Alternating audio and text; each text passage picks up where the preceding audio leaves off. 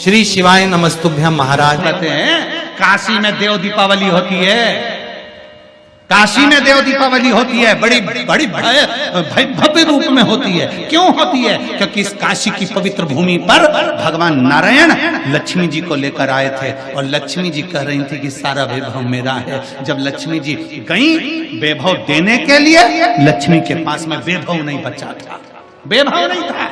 तब बाबा भगवान नारायण लक्ष्मी जी को लेकर काशी की पवित्र भूमि पर आ गए। विश्वनाथ की धरा पर लाकर माता लक्ष्मी को खड़ा कर दिया और लक्ष्मी जी से कहा, झोली पसार कर मांग। लक्ष्मी, ये वो कुबेरेश्वर महादेव है, ये वो विश्वनाथ है जो दुनिया का भंडार भरता है, तो तुझे भी वैभव देगा। तब मेरे कुबेरेश्वर बाबा ने लक्ष्मी की झोली में वैभव दिया। कार्तिक के महीने में सुंदर पवित्र देव दीपावली शिव महापुराण की कथा चल रही है। भाव से देव दीपावली का महोत्सव आप आनंद के साथ मनाइए। कार्तिक पूर्णिमा की देव दीपावली का स्मरण रहता है, बड़े भाव से आनंद से आप करिए, छबिए और दिल से करिए। बाबा की जितनी दिल से आह्वान कर सकते हो, आराधना कर सकते हो करो, प्रार्थना करो बाबा से, बाबा आपको स्वीकार करें। भी नियम है, अगर कभी किसी भी नदी में हम स्नान करने के लिए जाएं, एक डुबकी लगाना चाहिए। कितनी डुबकी लगाई? एक डुबकी लगाने के बाद उसी नदी की मिट्टी को, पत्थर को उठाकर घाट पर रखकर स्वस्तिक बनाकर उसकी पूजन अगर हल्दी से कर कर घी का दिया जला दिया जाता है तो घर में कभी लक्ष्मी की कमी नहीं होती। लक्ष्मी हमारे यहाँ टूट मान रहती है। किसी भी नदी में नहाए, किसी भी नदी में स्नान करें। देव दीपावली का दिन हो, 7 पुष्प, कितने फूल? 7 पुष्प। देव दीपावली के दिन कोई भी 7 पुष्प, कोई भी जो तुमको मिल जाए, 7 पुष्प अपने घर के पास में, घर के अंदर जो मटका होता है, हंडा होता है, पानी का बर्तन होता है, रसोई घर में जहां तुम पानी भर कर रखते हो, 7 पुष्प को उस स्थान पर रखिए देव दीपावली के दिन। और देव दीपावली के दिन सुबह के समय पर अपने उस परिंडे की जगह पर, मटके वाली जगह पर, हंडे वाली जगह पर रखकर 7 घी के दीप रसोई घर के अंदर प्रज्वलित करिए। 7 दीप की पूजन करिए और पूजन कर कर वो 7 पुष्प जब दीप ठंडे हो जाएं, पूर्ण तरह से आनंद के साथ सुबह के समय जब आप पूजन कर लें, उन 7 पुष्प को दिन भर में से कभी भी देवाधिदेव महादेव के दरवाजे पर, शिव के दरवाजे से मतलब है शंकर के ऊपर, अगर शिव के मंदिर नहीं जा सकते तो बेलपत्री के नीचे, बेलपत्री के नीचे भी नहीं जा सकते तो पवित्र नदी के तट पर, या पीपल के वृक्ष के नीचे, या आंवले के वृक्ष के नीचे वो 7 पुष्प को अपनी कामना कर कर लक्ष्मी प्राप्ति के लिए कुछ देर रख दें। रखने के बाद एक पुष्प उसमें से वापिस बाबा से कुबेर भंडारी का भंडार भरने के लिए लेकर आए, उसको अपने पास में रख कर देखना। अगले साल जब देव दीपावली आएगी तब तुम्हें याद आएगी कि बाबा ने भंडार भरा, खाली नहीं रखा। तो 7 पुष्प, 7 दीप, सुख देने वाली देव दीपावली। सुनेंगे हम उसको, सहज नहीं है शिव। भूल से भी एक बेलपत्र अशोक सुंदरी के स्थान पर कोई कुंवारा व्यक्ति जिसकी शादी नहीं हो रही, 40 साल का हो गया, ब्याह नहीं हो रहा, संबंध नहीं आ रहा है, बेटा बेटी, एक बेलपत्र जिस बेलपत्र की नोक डंडी जहां से पानी बहता है उस ओर हो और पत्ती का मुंह महादेव की ओर हो, अशोक सुंदरी की जगह पर अगर समर्पित कर दे तो अगले वर्ष की देव दीपावली के पहले उसका संबंध और शादी हो जाती है। देवाधिदेव महादेव ने कहा, सुनो लक्ष्मी, दीपावली के दिन संसार के मनुष्य दीप लगाकर अपनी दिवाली मनाते हैं। जिस दिन मैंने त्रिपुरासुर का संहार करा, त्रिपुरारी बना, आज सारे देवताओं ने दिवाली मनाई है। सुनो लक्ष्मी, जिसके दरवाजे पर दीप प्रज्वलित हो, उसी दरवाजे के 5 दीप वृक्ष के नीचे, तालाब, बावड़ी, नदी, कुआं के स्थान पर, किसी शिव मंदिर की चौखट पर, अपने घर के बाहर के चौक पर, तुलसी के क्यारे पर, जिसके द्वार से ये 5 दीप निकल कर जाएं लक्ष्मी, तो देव दीपावली के दिन उनके घर में प्रवेश करना, तो वर्ष भर निकल कर बाहर मत जाना, साल भर निकल कर बाहर मत जाना। दीपावली के दिन जितना लक्ष्मी का प्रभाव है उससे 1000 गुना ज्यादा प्रभाव लक्ष्मी जी का देव दीपावली के दिन होता है। एक देव दीपावली आती है, कभी तुम लोगों ने पढ़ा? पंचांग में, कैलेंडर में उसका वर्णन आता है। पढ़ी है देव दीपावली? अरे बोलो तो जम के, पढ़ी है? एक देव दीपावली आती है, एक दीपावली, एक देव दीपावली। इन दोनों दीपावली के दिन अगर प्रयास करना, अगर बहुत कष्टमय जीवन चल रहा हो, फैक्ट्री भी ना चले, दुकान भी ना चले, व्यापार भी ना चले और कर्जा बढ़ते जा रहा हो, टेंशन ही टेंशन पूरी जिंदगी में हो रहा हो, कहीं से संपदा आ नहीं रही हो, धक्के की जिंदगी चल रही हो, तो एक बार मधु का प्रयोग कर कर देखना। महालक्ष्मी की अगर पूजन कर रहे हो देव दीपावली पर या दीपावली पर, तो पान के पत्ते पर एक शहद की बिंदी रखकर लक्ष्मी जी को भोग लगाइए और शंकर जी के मंदिर में उसी दीपावली को या देव दीपावली पर शंकर भगवान के शिवलिंग पर एक पत्ते पर या पुष्प पर एक बूंद शहद लगाकर शिव जी को समर्पित कर कर देखिए। अगला वर्ष तक इंतजार करना, बाबा आपकी जिंदगी में 4 चांद ना लगा दे उस मधु के बल पर, तो आनंद के लिए प्रयास करिए। मधु में क्या बल है? ये शिव महापुराण की कथा कर रही है। लक्ष्मी जी को श्राप दिया गया, तू अश्व की योनि में जाएगी, अश्वी बनेगी, घोड़ी बनेगी। भगवान नारायण ने लक्ष्मी को पृथ्वी पर भेज दिया। लक्ष्मी जी पूरी रात्रि, अमावस्या की रात्रि अंधेरे में भ्रमण कर रही हैं, कहीं उनको जगह नहीं मिली। एक दरवाजा खुला था, दीपक टिमटिमा रहा था, लक्ष्मी जी उसमें प्रवेश कर गई। बूढ़ी माँ कपड़े बना रही थी, भोजन मंगा, भोजन था नहीं। बूढ़ी माँ ने शहद का डब्बा ढूंढ लिया, मधु की डब्बी ढूंढ ली। उस मधु की डब्बी को, उस शहद की डब्बी में से थोड़ा सा मधु लाकर लक्ष्मी जी को दे दिया।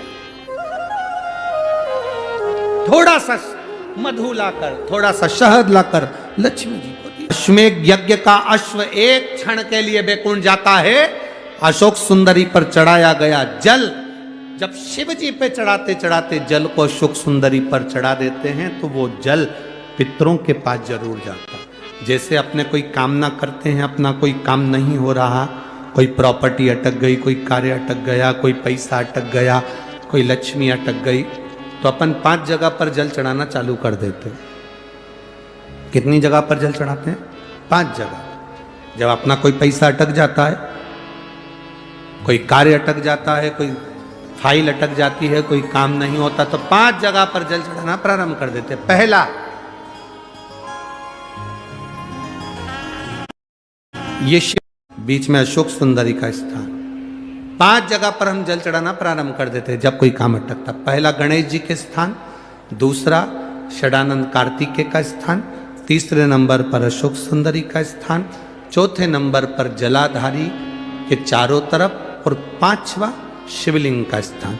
जब हम यहाँ से जल चढ़ाना चालू करते हैं, फिर जल को यहाँ चढ़ाते हैं, फिर मध्य चढ़ाते हैं, फिर जलाधारी पर चढ़ाते हैं, उसके बाद शिवलिंग पर हम जल चढ़ाते हैं, और धीरे धीरे जल चढ़ाकर अपनी जब कामना करते हैं, कितना भी कहीं पर भी पैसा अगर अटका होता है, 3-4 महीना अगर लगातार रोज जल चढ़ा है, तो बाबा रास्ता खोज ही देता है, वो आता ही।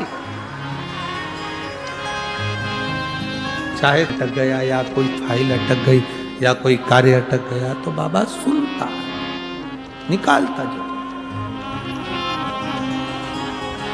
बस आपका विश्वास दृढ़ होना चाहिए, आपका भरोसा दृढ़ होना चाहिए। कार्तिकेय जी, ये कार्तिक महीने में जो आप कथा सुन रहे हो, ये शिव जी के पुत्र के नाम से ही है। जीवन का कोई भरोसा नहीं। खुश होकर जियो, जो समय परमात्मा ने दिया है उसको आनंद के साथ जियो। तारकासुर का संहार करना है। एक बेटे का जन्म होना चाहिए। शिव जी के तेज पुंज को गंगा जी को दिया गया और गंगा जी की 6 धार से एक बेटे ने 6 पुत्रों ने जन्म लिया, जिनको कृतिकाओं ने एक जगह पर इकट्ठा कर कर गंगा का जल छोड़कर एक कर दिया। उन्हीं का नाम षडानंद कार्तिकेय, उन्हीं का नाम षडानंद कार्तिकेय। भगवान देवाधिदेव महादेव ने सूचना करी, देवताओं से कहा तुम घबराओ मत, मेरे पुत्र कार्तिकेय तारकासुर का संहार करेगा।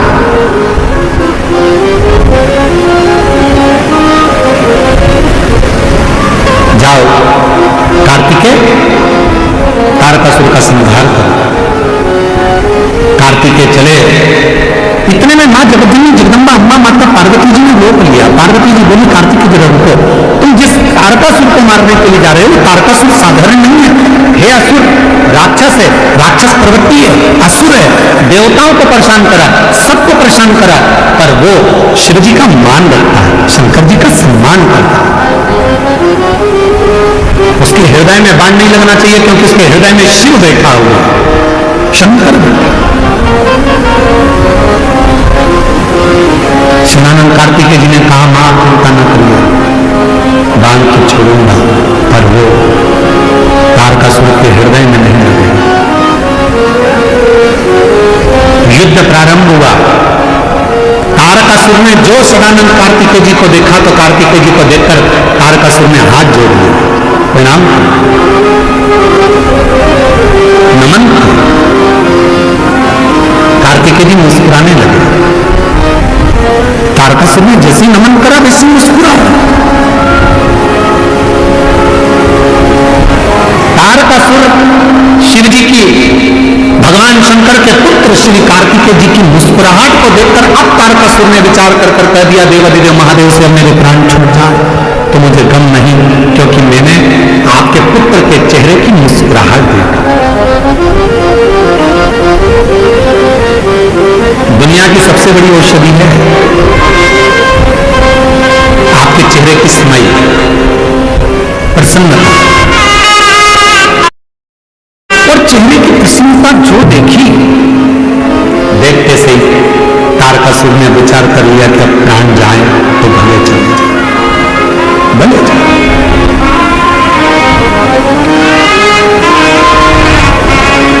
असुर के प्राण छूट गए।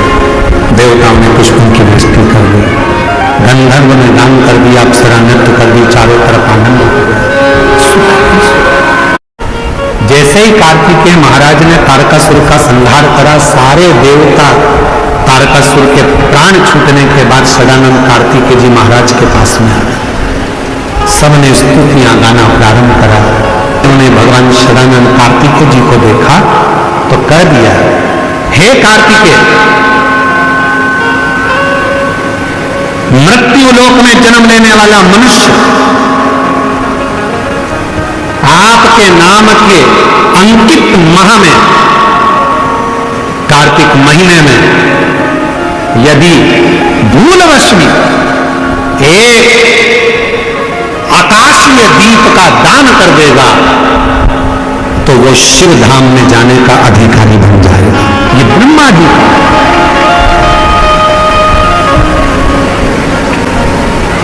इसलिए निवेदन है, महालक्ष्मी पूजन करने वालों, लक्ष्मी जी की पूजन करने वालों, माता लक्ष्मी का स्मरण करने वालों थोड़ा सावधानी से स्मरण करिएगा।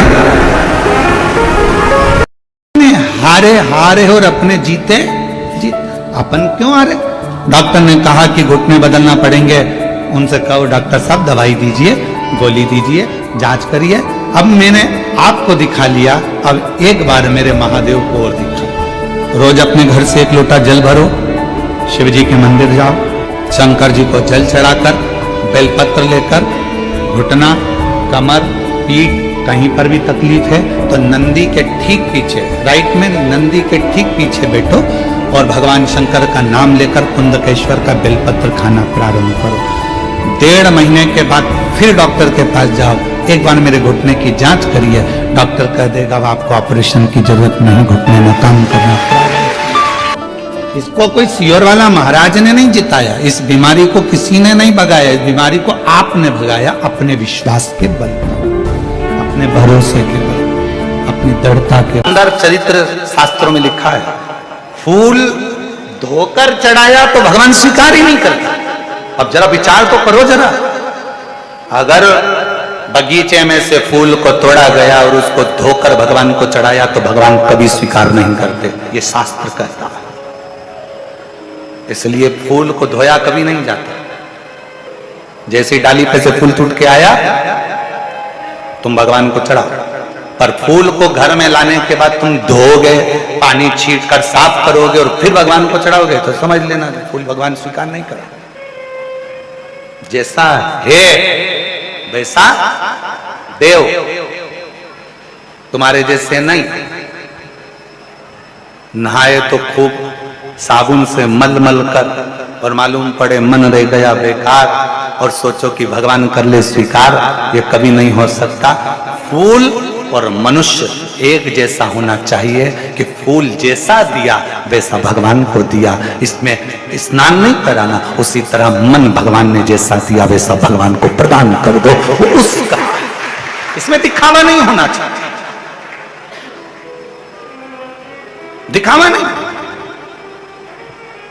कई लोग कहते हैं गुरुजी हम घर से पानी भर के लेके जाते हैं। अब किसी ने कहा गुरुजी घर से पानी लेकर जाते हैं, मटके का पानी है, नल कभी कभी नहीं आता, कभी कभी लाइट नहीं रहती तो बोरिंग से नहीं भराता, हमारे घर में रखा हुआ पानी तो बासी हो गया।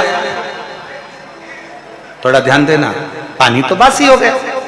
शास्त्र कह रहा है, शिव चरित्र कह रहा है, भगवान शंकर की कथा कह रही है, वायु, अग्नि, जल, पृथ्वी, आकाश कभी बासी नहीं होता, वो हमेशा ताजा की ताजा ही रहता है।